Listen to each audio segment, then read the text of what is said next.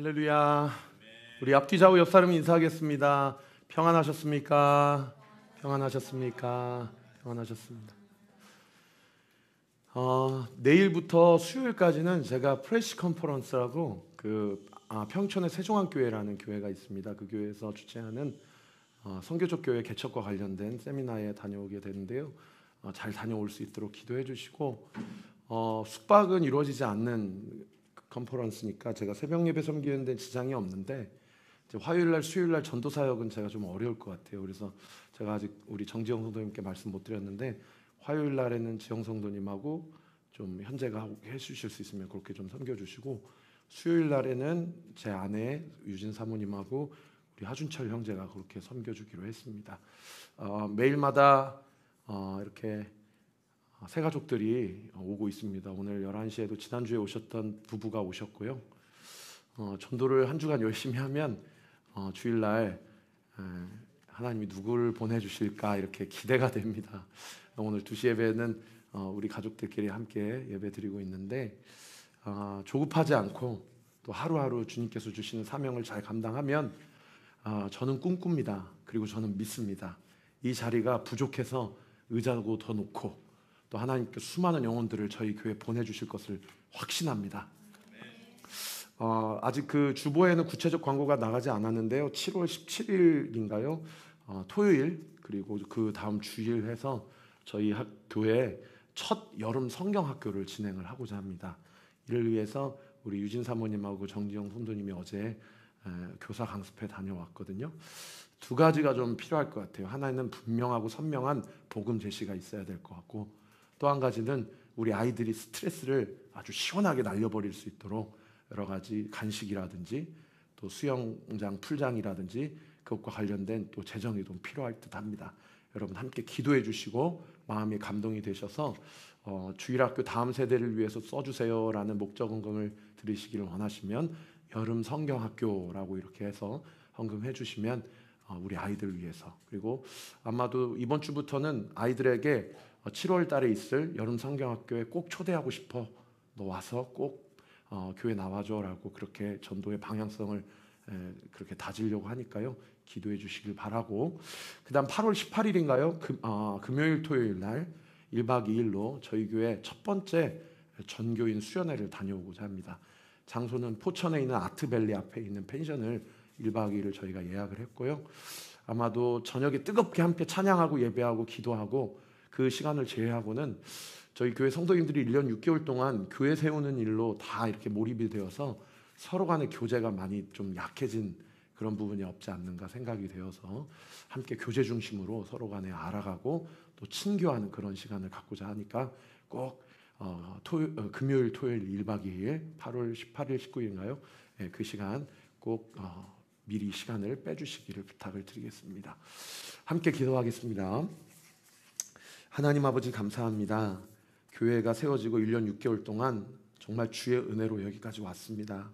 광야 한가운데로 주께서 우리를 세상으로부터 출애굽시키셨는데 그냥 광야 한가운데로 내몰리지 않게 하시고 위로부터 만나를 주시고 또 시내산에서 언약을 세우시고 하나님의 말씀을 우리에게 허락하신 주님, 세상 한복판에 살지만 우리가 궁핍하거나 세상 앞에 쫄지 않고 담대할 수 있는 것은 주께서 날마다 우리의 먹고 사는 문제를 해결해 주실 뿐만 아니라 우리의 영적인 양식도 책임져 주시고 우리에게 언약, 약속을 허락하여 주셔서 예수 그리스도 하여금 우리를 죄로부터 구속해 주시는 주님의 은혜와 사랑이 있음을 우리가 이 시간 고백하고 감사를 드립니다.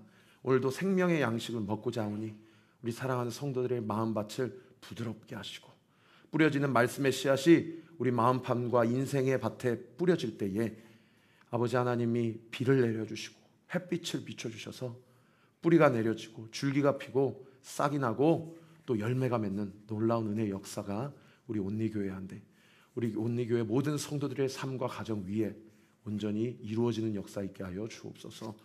이 시간도 말씀 전하는 부족한 종의 입술을 주장하여 주시고 하나님의 말씀을 대언하는 도구로만 사용하여 주옵소서.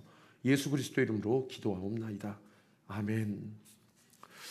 여러분 레위기 26장, 27장은 마지막 본문에 해당하는 그런 지점이라고 제가 계속해서 수요 예배 강의 설교를 통해서 여러분에게 나누고 있습니다.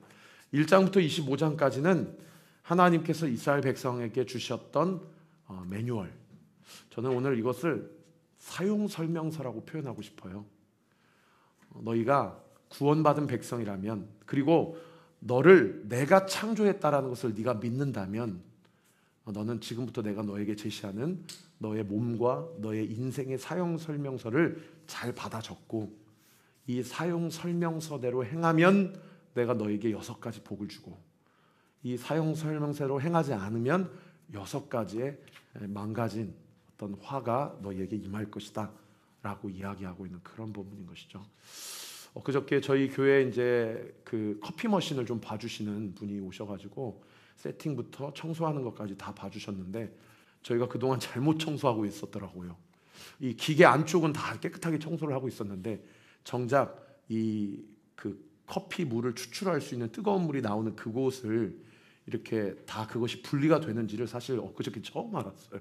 그래서 그걸 다 분리시켜가지고 제가 깨끗하게 다 닦고 청소하고 다시 장착을 해놓고, 오늘 아침에 찬양팀이 9시에 이제 예배를 준비하려고 저희가 일찍 모였는데, 찬양팀 지체들이 저한테 목사님 커피 맛이 더 맛있어진 것 같아요 얘기를 이렇게 해서, 제가 청소했다라고 얘기도 안 했는데, 야, 이게 이렇게 미각이 민감하신 분들은 이렇게 딱 아는구나, 그런 생각이 들더라고요. 여러분, 이런 장비들, 이런 것들 하나 사면 박스 안에 반드시 동봉되어 있는 것이 사용 설명서죠. 이 물품을 잘 사용하기 위해서는 이러한 규칙을 지키셔야 됩니다. 그리고 이러한 규칙을 지키지 않을 때는 이 물품의 수명이 짧아질 수 있고 망가질 수 있습니다 라는 것을 사용 설명서에서 다 경고를 하고 있습니다. 우리 인생도 마찬가지예요. 여러분, 학교나 학원을 다니면 우리 인생에 대한 사용 설명서를 알려줍니까?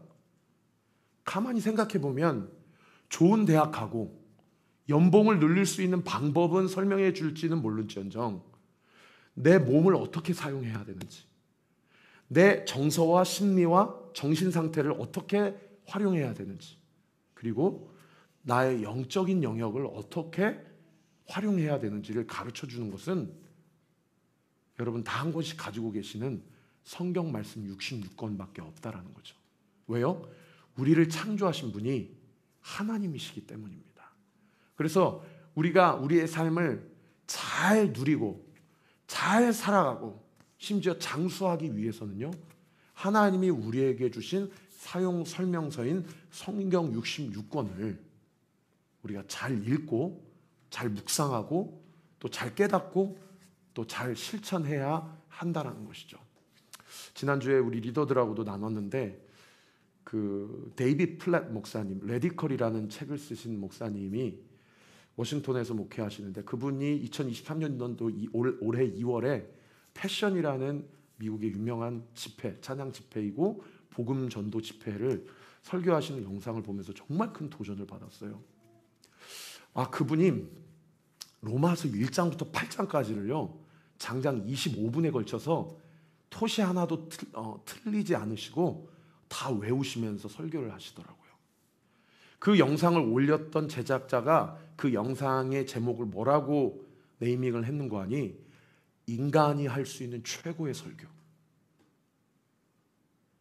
목사님이 자기 이야기나 인간의 생각을 설파하지 않으시고 성경 말씀 그대로를 다 외워가지고 수천 명이 모인 청년들 앞에서 눈과 눈을 마주치면서 아이 컨택하며 로마서 1장부터 8장까지 인간이 왜 죄성을 가진 타락된 본성의 죄인인지, 이러한 우리를 구원하시기 위해서 하나님께서는 어떤 선택을 하실 수밖에 없었는지, 그 주님께서 마음으로는 하나님의 법을 따르고 싶고 육신으로는 죄의 법을 따라가는 우리의 소망 없는 인생 가운데 말할 수 없는 탄식으로 우리 안에 있는 모든 죄의 사슬을 다 부수시고 영원히 정죄하지 않으시는 생명과 성령의 법을 우리에게 주셨다.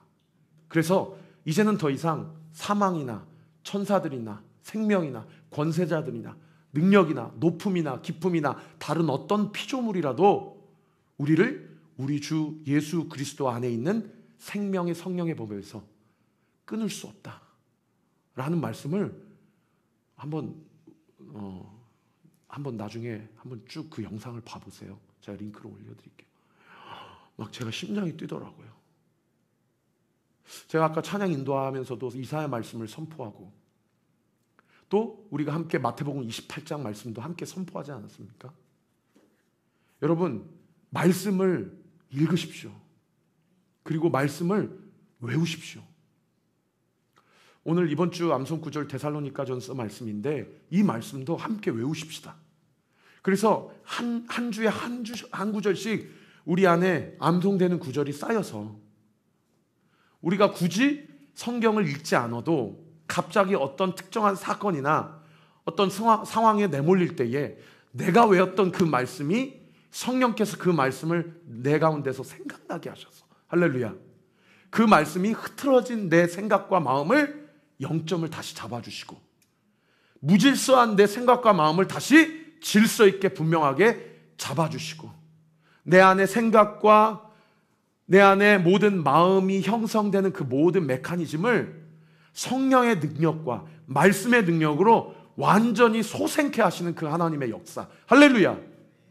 여러분, 우리가 함께 교회를 세워갈 때 우리가 함께 이 훈련을 함으로 우리의 생각과 마음의 틀과 그 메커니즘이 성령의 방향성대로 말씀이 말씀하시는 결대로 우리의 인생 가운데 잘 형성되어 주께서 말씀하시는 것이라고 믿고 그 말씀 앞에 순종할 때에 나의 삶 가운데 어떤 변화가 일어나는지를 목사가 앞에서 설교해서 믿어지는 것이 아니라 자기가 실제로 말씀대로 살아보고 이 말씀이 진리인 것을 그대로 믿어지는 할렐루야 그런 신앙인들, 그런 그리스도인들, 여러분 이 시대에 그런 사람들을 통해서 하나님의 영광이 드러난다는 거예요. 여러분 삶 가운데 전도에 대한 부담감을 가지세요. 목사가 매일마다 나가서 전도해도요 목사님이니까 라는 시선으로 저를 봐요. 저에게 하나님이 맡겨주신 사명은 여러분을 전도자로 잘 양육시키는 겁니다. 여러분 복음은 하나님이 여러분의 삶의 터전에서 만나게 하시는 그 사람에게 여러분이 살아본 대로, 경험한 대로, 느낀 대로, 그리고 살아보고 경험하고 느낀 것을 살아냈을 때에 내 삶 가운데 구체적으로 어떤 변화가 일어났는지를 내 사랑하는 가까운 사람들에게 전하는 것. 여러분 그게 복음이고 그게 전도입니다. 그만큼 강력한 전도는 없는 것이죠. 요즘에 전도하면서 지난 한 주도 열심히 전도했는데 하나님 오늘 누구를 보내주시겠습니까? 아침에 와서 기도를 해보면은 이게 무슨 사업이면 오늘처럼 전도한 사람이 한 명도 없다 그러면 제가 얼마나 낙심이 되겠어요. 그죠? 근데 하나님이 정하신 시간표가 있다라는 믿음으로 꼭 내 눈앞에 보여지는 가시적인 성과가 없더라도 내가 말씀 앞에 믿고 순종하며 한 주를 살아냈다면 그 결과는 나에게 있는 것이 아니라 하나님께 있으니 믿으시면 아멘. 아까 우리가 찬양했잖아요. 나의 가는 길 다 주님께 있으니 하나님 내 길 인도하신다. 그런 은혜와 그런 믿음의 영적 원리가 우리 사랑하는 온리교회 모든 성도들에게 잘 작동되어지기를 예수 그리스도 이름으로 축원합니다. 하나님께서 지난 목요일자 본문에 26장 1절부터 13절까지 너희가 사용 매뉴얼대로 잘 너의 인생을 설계하고 순종하며 쓰으면 그러면 6가지 복을 너에게 주겠다라고 약속해 주셨어요. 그 6가지 복이 다음과 같은데요. 비가 내리지 않는 중동 지방에 내가 철을 따라서 늦은 비와 이른 비를 너에게 주겠다라는 얘기는 먹고 사는 문제 해결해 주겠다는 얘기죠. 또 땅에 평화를 주겠다. 또 지금에는 별로 상관이 없지만 그 당시에는 이 일이나 맹수, 사자 이런 사나운 짐승을 제거해 주겠다. 그리고 이방 민족이 쳐들어왔을 때 승리하게 해주겠다. 그리고 너희 세대만 잘 사는 게 아니라 너희 자손들 세대에도 다 잘 살게 해주겠다. 그리고 마지막 6번째 복이 핵심이에요. 내가 너를 떠나지 않겠다. 이러한 6가지 복을 잘 누리기 위해서 하나님이 26절 첫 구절 1절과 2절에 우리에게 전제 조건으로 깔았던 약속이 무엇입니까? 2가지인데, 하나는 don't, 너 우상 숭배하지 말아라. 2번째는 뭐예요? do, 안식일을 지키고 나만을 경외해라. 여러분, 이 2가지만 잘 지키면 하나님이 이 6가지 축복을 허락해 주시겠다는 거죠. 여러분, 이건 구약시대뿐만 아니라 오늘날 우리에게도 마찬가지입니다. 우리가 하나님보다 더 좋아할 수 있는 것, 하나님보다 더 의지할 만한 것, 그거 다 내려놓고 보이지 않지만 그분은 살아계신다라는 믿음으로 하나님만을 경배하고 하나님만을 예배할 때에 하나님께서는 우리에게 6가지 복을 여전히 허락해 주실 것을 믿습니다. 우리 함께 교회를 세워가면서 하나님만을 경배하고 하나님만을 경외하는 우리 성도들 되시기를 예수님의 이름으로 축원합니다. 그런가 하면 그렇게 되지 않았을 때는 14절부터 39절까지 복의 내용보다 2배가 더 길어요. 13구절의 복을 얘기했다면 26구절에나 6가지 화에 대해서 이야기를 해주고 있어요. 그 6가지 화를 정리하면 이렇습니다. 건강 문제가 생길 것이고, 수고해도 열매가 없고, 전쟁에서 지고, 마음이 평안이 사라진다. 요게 이제 제가 엊그저께 설교했을 때 종합 선물 세트 1단계, 그러고도 정신 못 차리면 2단계 사랑의 회초리를 들으시는데 곱하기 7배 해서 지독한 가뭄과 기근, 비를 안 내려주겠다는 거죠. 그리고 3번째는 사나운 짐승이 이제 공격이 되고, 그리고 4번째 전쟁과 패배, 5번째 극심한 기근이어서 어느 정도 기근이냐, 이 5번째 화는 2번째 기근보다는 몇 곱절의 기근입니다. 그래서 거기 본문에 보면 너희가 자녀들의 살을 먹고 인육을 먹겠다, 완전 엽기적인 삶을 살고 그런 저주를 받을 것이다. 그러나 이것보다도 더 강력한 마지막 화가 있다면 그것은 하나님의 냉대라는 거죠. 그래서 6가지 축복의 최고점은 하나님이 나와 함께 하시는 것이고, 6번째 저주의 최고점은 하나님의 나를 향한 냉대하심이라는 겁니다. 사랑하는 성도 여러분, 하나님이 나를 차갑게 대하시기 전에 우리가 하나님과 함께 하신다라는 은혜를 받은 자임을 기억하고 하나님의 말씀 앞에 순종하는 저와 우리 모든 성도들 되시기를 예수님의 이름으로 축원합니다. 자, 그런 관점에서 하나님은 오늘 본문 26장 마지막 구절 40절부터 46절까지 말씀에서 2가지 자신의 대표적인 성품 혹은 성향을 우리에게 말씀해 주고 있습니다. 그 첫 번째 성품이 뭔가 우리 같이 한번 따라해 봅시다. 기억하신다. 기억하신다. 여러분, 이 기억하신다 라고 한 말씀 오늘 보면 42절 같이 한번 읽어봅시다. 시작. 내가 야곱과 맺은 내 언약과 이삭과 맺은 내 언약을 기억하며 아브람과 맺은 내 언약을 기억하고 그 땅을 기억하리라. 제가 스킵했는데 40절 41절 보면은 자복하다 혹은 마음이 낮아진다 혹은 그들이 나의 회초리를 기쁘게 받는다, 이런 표현이 먼저 선행되어 있거든요. 자복한다, 마음이 낮아진다, 그들이 사랑의 회초리를 기쁘게 받는다. 벌써 마음의 태도와 자세가 어떻게 바뀐 겁니까? 하나님을 향해서 경외하고 두려워하고 있다는 걸 알 수 있죠. 하나님, 잘못했습니다. 6번째 화인 나를 냉대하시는 것이 내가 너무 두렵고 떨립니다.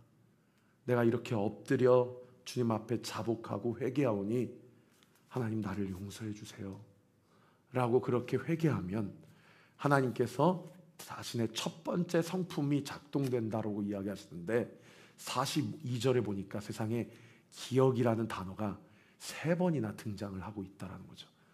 내가 기억하며 기억하고 기억하리라. 하나님이 회개하고 용서를 구하고 돌이키기를 원하는 백성들을 잊지 않으신다라는 거예요. 근데 뭘 기억한대요? 그 앞구절에 이 기억이란 단어도 3번 나오지만 언약이란 단어도 3번 나오고 있어요. 한번 띄워주실래요? 내 언약과 내 언약을, 그리고 내 언약을. 이 기억이라는 단어와 함께 언약이라는 단어가 3번 나오죠. 무엇을 기억한다는 겁니까? 정확하게 얘기하면 사실 우리를 기억한다는 게 아니고 우리와 맺은 약속을 기억하신다는 겁니다. 그래서 그 42절 본문에도 그 약속을 맺었던 사람의 이름이 3번 등장하죠. 야곱, 이삭, 아브라함. 여러분, 아브라함과 이삭과 야곱과 하신 언약, 약속의 내용이 무엇입니까? 정리하면 이래요. 내가 너의 민족을, 내가 너의 후사를 복을 주고 너를 복의 근원으로 삼겠다 라고 하나님이 아브라함에게 얘기했을 때, 아브라함이 무슨 소리십니까 주님? 저는 그저 자식이 없고 저의 몸종인 이 시리아 사람 엘리에셀이나 제 자손을, 제 유산을 잘 이어받고 이 사람이나 잘 되기를 원합니다. 저는 이제 오늘 내일 하는 100세나 되는 노인 아닙니까? 라고 하나님께 얘기를 했을 때 하나님이 아브라함에게 뭐라고 얘기하세요? 아니다. 너의 태에서 나오는 자가 너의 적자가 될 것이다. 그리고 그 사람을 통해서 너의 후손들이 하늘의 별들처럼 바다의 모래알처럼 내가 번성하게 해주겠다. 하나님이 아브라함과 이삭과 야곱에게 주신 첫 번째 약속의 내용이었습니다. 두 번째 이삭에게 한 약속은 무엇입니까? 이삭이 가는 곳곳마다 시비와 싸움과 다툼이 벌어나요. 여러분, 이게 돈 잘 버는 것이 중요한 게 아니고 시비에 휘말리지 않는 게 중요합니다. 돈을 아무리 잘 벌어도 제가 저희 교회 늘 후원해 주시는 최영선 장로님 그 사무실 가면요, 지금이야 윤석열 정권 되어가지고 노조가 다 문제가 해결돼서 많이 이게 조용해졌지만은 작년까지만 해도요, 막 대표이사 나와라, 막 우리 떼먹은 돈 나와라. 그리고 이 불법 노조들이 완전 깡패예요. 네, 법도 없어요. 그러니까 사업이 잘 돼도요, 장로님 얼굴이 기쁘지가 않아요.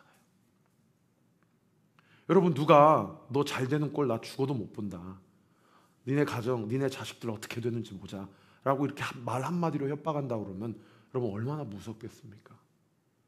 근데 이삭이요, 가는 곳곳마다 애색, 신라 이런 우물들 다 블레셋에게 넣어줘버려요. 왜요? 싸우기 싫으니까. 그리고 세 번째 우물을 봤는데 르호봇이라는 우물을 파고 그곳에서 예배를 드리고 그것을 통해서 이삭의 가정이 축복을 받고 100배의 축복이 되죠. 100배의 축복. 상상이나 되세요? 한 달에 봉급이 500만 원 벌면 한 달에 5억씩 버는 거예요. 100배의 축복이 그 가정 가운데 있는 거예요. 여러분, 야곱에게 주신 언약의 내용은 무엇입니까? 야곱은 이름 자체가 발 뒤꿈치를 잡은 자, 자신의 힘으로 1등 되고 싶어하는 사람의 대명사입니다. 그러니까 자꾸 부모 속이고 삼촌 속이고 사기꾼 인생으로 살잖아요. 그런데 그가 창세기 35장에서 자기 34장에 자기 딸 디나를 정말 일어나지 말아야 될 일들로 잃고 나서 35장의 베델에서 하나님을 만납니다. 그리고 하나님이 거기서 야곱이라는 이름을 이스라엘로 이름을 바꿔주시죠. 내가 이제는 네 힘으로 사는 인생이 아니라 내가 너를 책임지는 인생이 될 거야. 그래서 야곱이 이스라엘의 조상이 되지 않습니까? 야곱의 12아들이 이스라엘의 12지파가 되는 것이죠.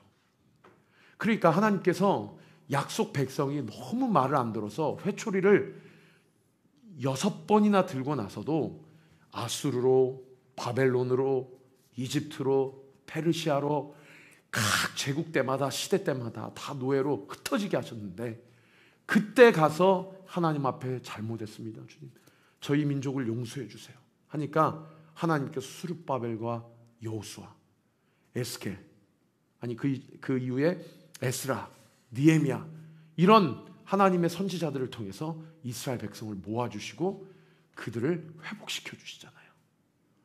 그 약속, 그 언약을 기억하고 내가 너희에게, 너희 조상에게 했던 그 약속을 반드시 지키리라 라고 이야기하고 있는 그런 본문인 것이죠. 사랑하는 성도 여러분, 하나님께 어떤 약속을 받으셨습니까?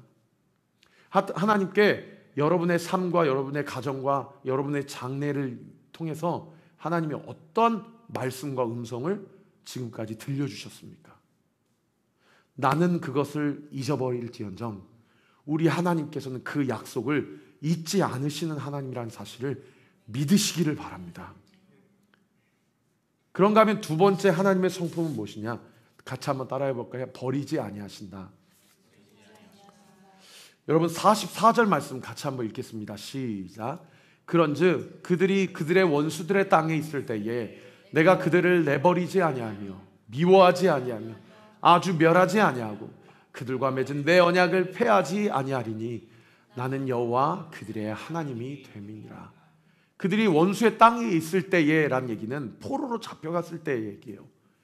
포로로 잡혀가서 아무것도 변한 것이 없고 여전히 언제까지 이 일을 해야 될지 모르는 상황 가운데서도 우리 주님은 뭐라고 얘기하십니까? 44절에 내가 너희를 버리지 아니하고 미워하지 아니하고 아주 멸하지 아니하고 그때 너희 조상들과 맺었던 언약을 폐하지 아니하리라. 할렐루야.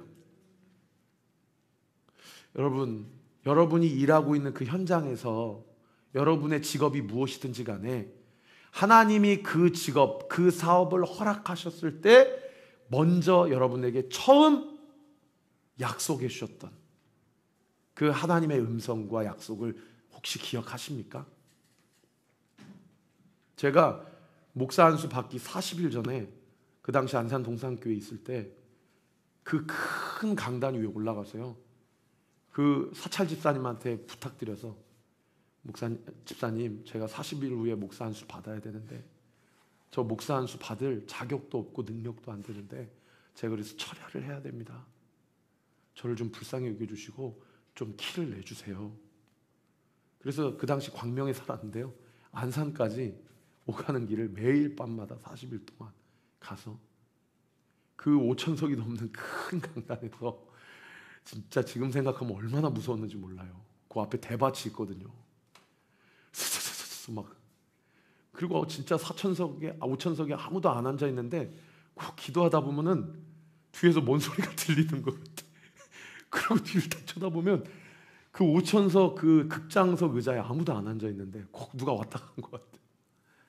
그래서 처음에는요 한 10시 되고 11시, 12시 되면요 졸려요. 졸려가지고 꾸벅꾸벅 잘다가 누가 으스스 하고 지나간 것 같으면 무서워서 통성 기도했어. 무서워서. 그러면서 하나님 앞에 진짜 두 손 들면서 하나님 나 불쌍히 여겨달라고. 나 이제 목사 안수 받아야 되는데 나 어떻게 할 거냐고. 목사 안수를 2017년도, 2016년도군요. 2016년도에 받았는데 몇 년이 지금 지났는데 그때 첫 마음으로 지금 하나님이 나에게 주신 이 직분을 감당하고 있는가, 그런 생각이 들더라고요. 왜냐하면 목회하면서 너무 목사답지 않은 경우가 너무 많아서 지금이라도 그만둬야 되는 거 아니냐. 여러분은 하나님이 여러분에게 맡겨주신 직업을 그 첫 마음 그대로 잘 감당하고 계십니까? 우리 오늘 이 두 가지를 꼭 기억하십시다. 나의 연약함과 상관없이 하나님은 나를 기억하신다. 할렐루야. 그리고 하나님은 내가 그 약속에 대해서 신실하지 못했다 하더라도 우리 주님은 그 약속을 절대 버리지 아니하신다. 믿으시면 아멘. 여러분, 말씀을 정리하면서 이 말씀 함께 나누고 함께 찬양하고자 합니다. 제가 전도를 하다 보면 제일 많이 듣는 얘기가 이거 얼마예요? 라는 말이에요. 이거 얼마면 제가 받을 수 있어요? 라는 말이죠. 우리 아이들이 많이 하는 물어보는 질문인데 그 질문을 받을 때마다 여러 가지 생각이 들어요. 이 자본주의 세상에 살면서 항상 대가를 지불해야만 뭔가 나에게 이득을 얻어낼 수 있다라는 이 메커니즘이 어렸을 때부터 너무 형상화되어 있기 때문에, 너무 틀이 고착화되어 있기 때문에 이 공짜로 주는 것에 대해서 이 어색한 거예요. 그래서 대부분 이거 그냥 드리는 겁니다. 온리교회에서 나왔습니다. 최영천 목사입니다. 라고 드리면 두 가지 반응입니다. 하나는 그렇군요. 잘 먹겠습니다. 감사합니다. 라는 분도 있지만 어떤 분은 공짜면 이거 뭐가 들어갔는지도 모르는데 그리고 어떤 어머니는 심지어 제 앞에 있는데 자기 애한테 저 들으라고 하는 얘기인지 모르겠는데 저렇게 공짜로 주는 거 먹으면 안 돼. 뭐가 들어갔는지 몰라 라고 하면서 그냥 지나치세요. 여러분, 예수 그리스도를 믿음으로 구원받는 것은 하나님께서 우리에게 돈을 요구하신 과정이 아니죠. 왜요? 그분은 돈이 필요 없으신 분입니다. 그분은 무엇이 필요할까요?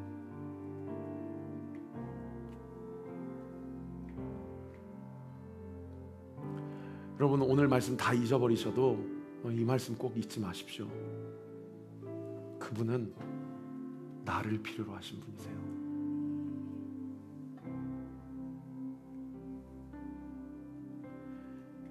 예수님이 나를 필요로 하신다는 건 그분에게 무언가 결핍이 있다는 얘기가 아니고요. 내가 너를 필요로 한다라는 것을 네가 믿느냐라는 믿음을 우리에게 요구하신다라는 겁니다.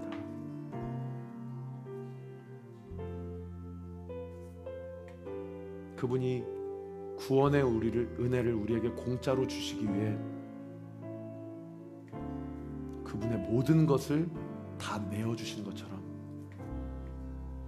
그 은혜를 받은 자들은 그 첫 마음, 첫사랑을 회복하고, 여러분 신앙생활 할 때 정말 진지하게 신앙생활 하시기를 우리 구주 예수 그리스도 이름으로 부탁드립니다.